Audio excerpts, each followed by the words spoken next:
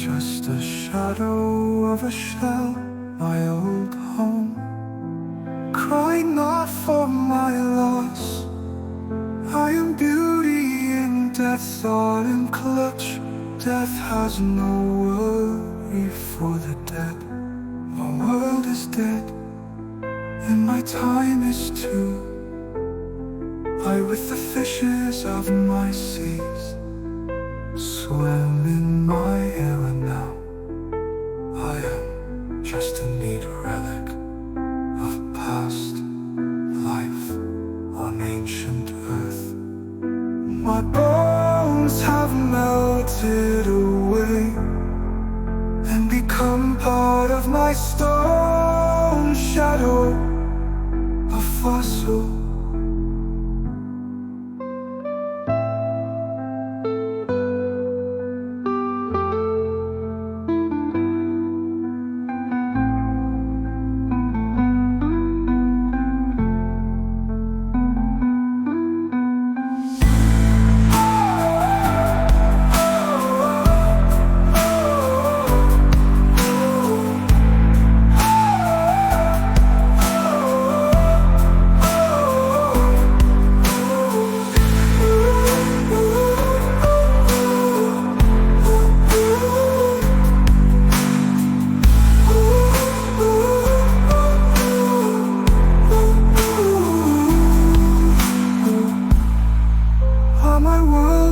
Dead, and my time is too.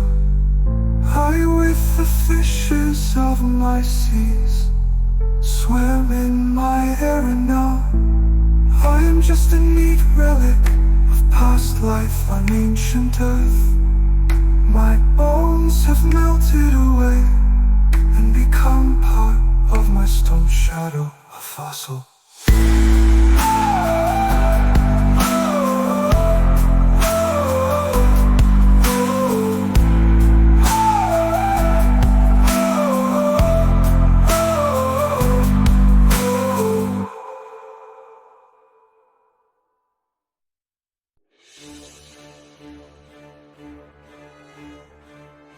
The magician's the age of treason, his love is treason.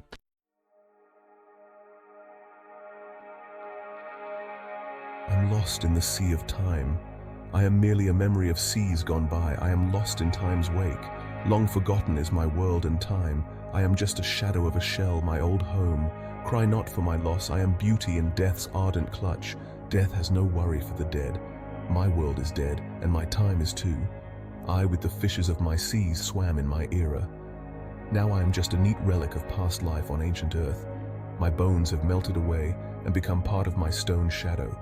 A fossil sang the Emperor of the Universe on a stage somewhere in Melbourne City. He was singing of a fossil ammonite, but he himself was lost in time.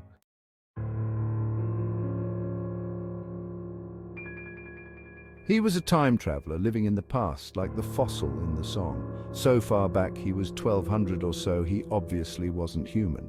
He was of a near-immortal alien race called the Magicians, who could only die if hurt, but he was different. He had died many times only to return to life again. Unlike the rest of his race who died forever, he couldn't stay dead. His grim Reaper soul healed him and returned him to life. He was not the only Reaper, but he was the only one who died to return to life again. Likewise, he was the only magician to have the trait of returning to life, which was seen as living dead. He'd been deposed before when he was found out last time in another life as another man.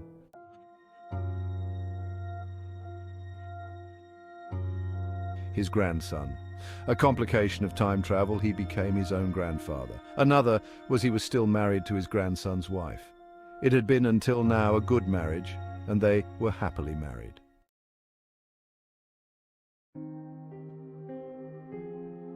This song marked the end of the happy marriage. This performance was the aggregate, the grit that formed the pearl of love that cleaved apart the happy couple of Fred the Emperor and his secret wife Angela, or Princess Anastasi, commonly called Anna.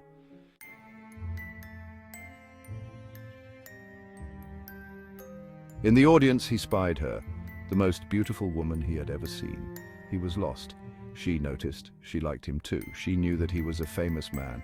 She saw him at his work at the stage door at the theater. He was a noted stage magician who worked there.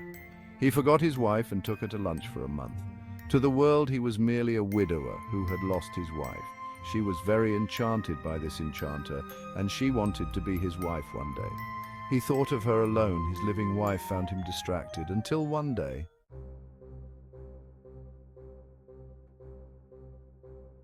Fred. Blake, what is it? I only wanted to know how you were. Don't bite off my head, said the younger man. I'm sorry for my rudeness. Fred apologized and walked off to see the lady. Blake followed him. Fred seemed oblivious to him. All he could see was his love. Who is she, Gramps? You still here, Blake? Yes. Tourmaline Green. Fred virtually sang. He knew Fred was in love with her. It did not make Blake happy, his older self forgetting their wife, who they both had worshipped. Blake dragged Fred away from Tourmaline, who looked sad to see him go. Fred was livid.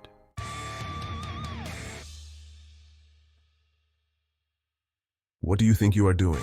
Said Fred furiously. Blake glared at Fred. I am being a friend. That is not the act of a friend. That is not the act of a loving husband. And father, remember, Anna is pregnant with your child.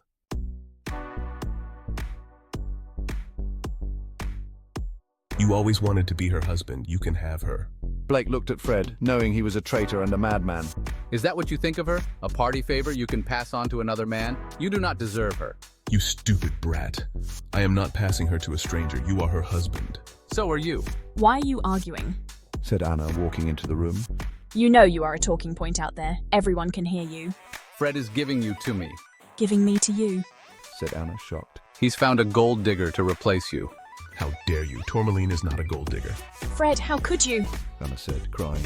I hope you are truly happy with Anna. I'd ask for a divorce, but Anna and I are not married.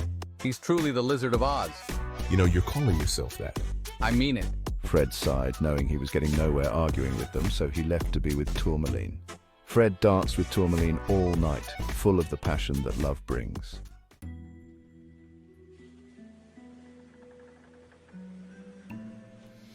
He ignored a man who sat watching him curiously, pondering how to deal with him. It was not Blake in any form. It was a killer who knew Fred well enough to know his secret, that he could not die and remain so. He also knew the girl was merely a gold digger. The killer knew only he could fix things and only death could solve this, and it could cause a rift between him and Fred the size of the universe. The killer did not look forward to what he had to do. Fred took Tourmaline to her home and went inside for a coffee.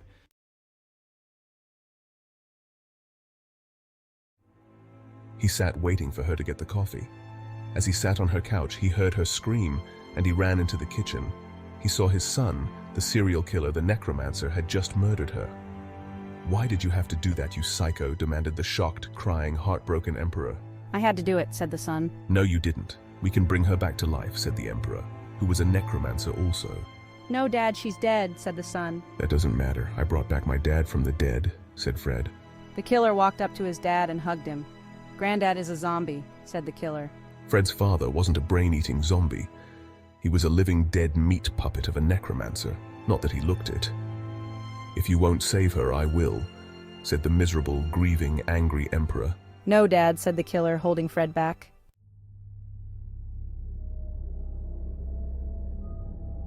It's all right, Tourmaline. I saved you.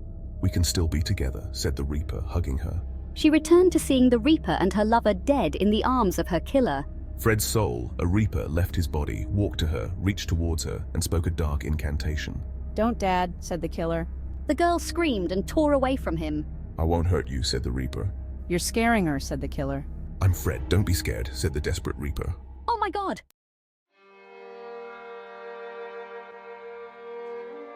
No, Fred's dead. I don't want to live without Fred, said Tourmaline, stabbing herself, killing herself. Oh, so she wasn't a gold digger, my bad, said the killer.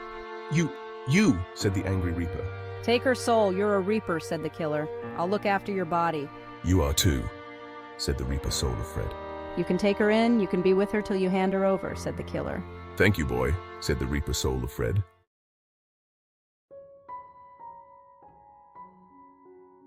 Fred's body was taken away by the killer for safekeeping, to return to life later, while the Reaper took his love's soul to the afterlife.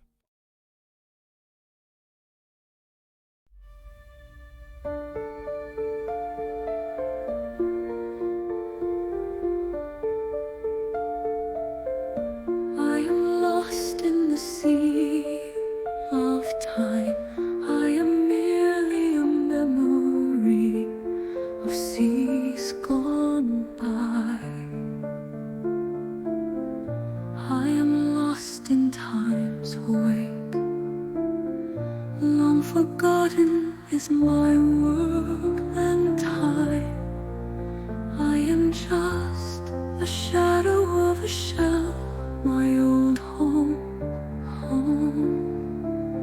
crying not for my loss. I am beauty in death's ardent clutch. Death has no worry for the dead. My world is dead, and my time is too.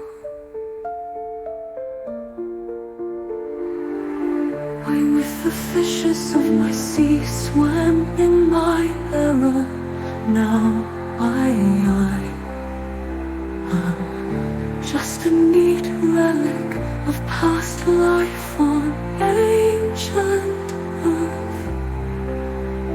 My bones have melted away and become part of my stone shadow, a fossil.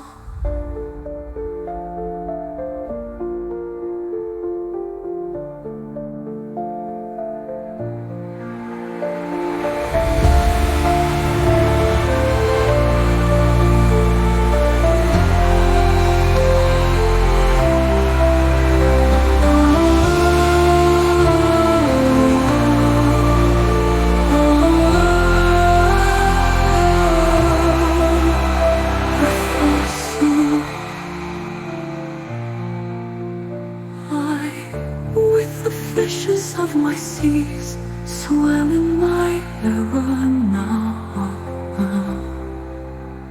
I am just a neat relic of past life on ancient earth. My bones have melted away and become part of my stone shadow, a fossil.